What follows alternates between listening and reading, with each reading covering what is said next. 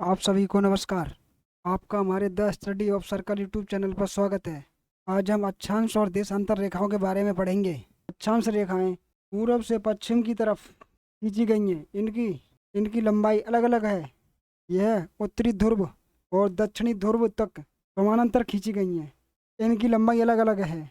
विषुवत वृत्त 0 डिग्री को दर्शाता है। देख लो, विषुवत वृत्त पर 1 डिग्री के अंतराल पर आप देख सकते हैं उत्तरी और इधर ये दक्षिणी ध्रुव की तरफ 90 डिग्री का कोण बनाते हैं। इन रेखाओं में एक रेखा से दूसरी रेखा तक के बीच की दूरी 111 किलोमीटर है।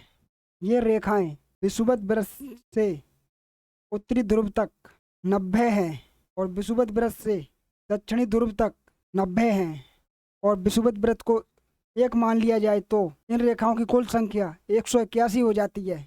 विषुवत वृत्त के 23.5 उत्तरी और 23.5 दक्षिणी के बीच के क्षेत्र को उष्ण कटिबंधीय क्षेत्र कहते हैं और 23.5 डिग्री उत्तरी से 35 डिग्री उत्तरी तक के क्षेत्र को उपोष्ण कटिबंधीय क्षेत्र कहते हैं और दक्षिणी 23.5 से 35 डिग्री तक के क्षेत्र को उपोष्ण कटिबंधीय क्षेत्र कहते हैं।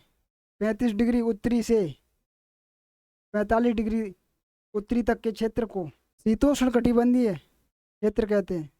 दक्षिण में 35 डिग्री से 45 डिग्री तक के क्षेत्र को शीतोष्ण कटिबंधीय क्षेत्र कहते हैं। 45 डिग्री उत्तरी से 66.5 डिग्री उत्तरी तक के क्षेत्र को उपध्रुवीय कटिबंध कहते हैं।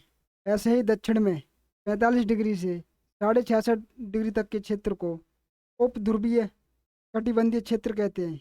66.5 डिग्री उत्तरी से 90 डिग्री तक के क्षेत्र को ध्रुवीय क्षेत्र कहते हैं। ऐसे ही दक्षिण में 66.5 डिग्री से 90 डिग्री तक के क्षेत्र को ध्रुवीय क्षेत्र कहते हैं। उत्तरी 66.5 डिग्री में आर्कटिक वृत्त है और दक्षिणी 66.5 डिग्री पर अंटार्कटिका है और ध्रुवों पर अक्षांश रेखाओं के बीच की दूरी 0 हो जाती है। देशांतर रेखा, ये रेखाएं उत्तरी ध्रुव से दक्षिणी ध्रुव को मिलाती हैं। ये रेखाएं पूरी पृथ्वी पर 1 डिग्री के अंतराल पर 360 खींची गई हैं। क्योंकि पृथ्वी गोल है, ध्रुवों से विषुवत वृत्त की ओर बढ़ते हैं तो इनके बीच की दूरी बढ़ जाती है। आप देख सकते हैं कि इनके बीच की दूरी बढ़ती जाती है विषुवत वृत्त तक।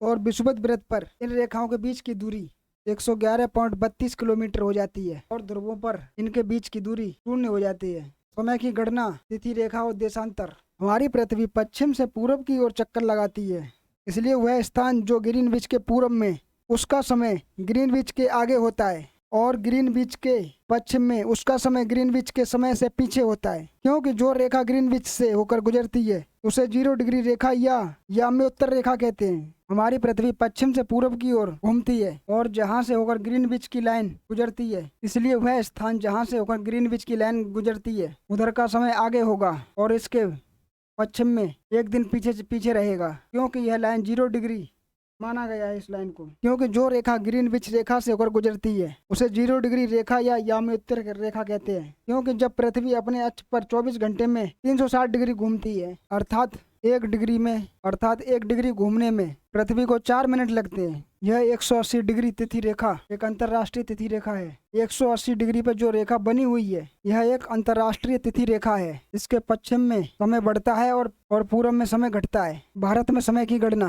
भारत का देशांतरीय विस्तार 60 डिग्री 60 मिनट पूर्वी से 97 डिग्री 25 मिनट पूर्वी तक है। भारत में सबसे पहले सूर्योदय अरुणाचल प्रदेश में होता है और 2 घंटे बाद गुजरात में होता है। भारत में 82.5 डिग्री पूर्वी रेखा इलाहाबाद के नैनी से होकर गुजरती है। यही भारत का मानक समय है। यह भारत के यूपी, एमपी, छत्तीसगढ़, आंध्र प्रदेश से होकर गुजरती है। भारत का समय ग्रीनविच रेखा से 5 घंटा 30 मिनट आगे है। आप सभी को हमारी क्लास अच्छी लगे तो लाइक, शेयर, सब्सक्राइब कीजिए।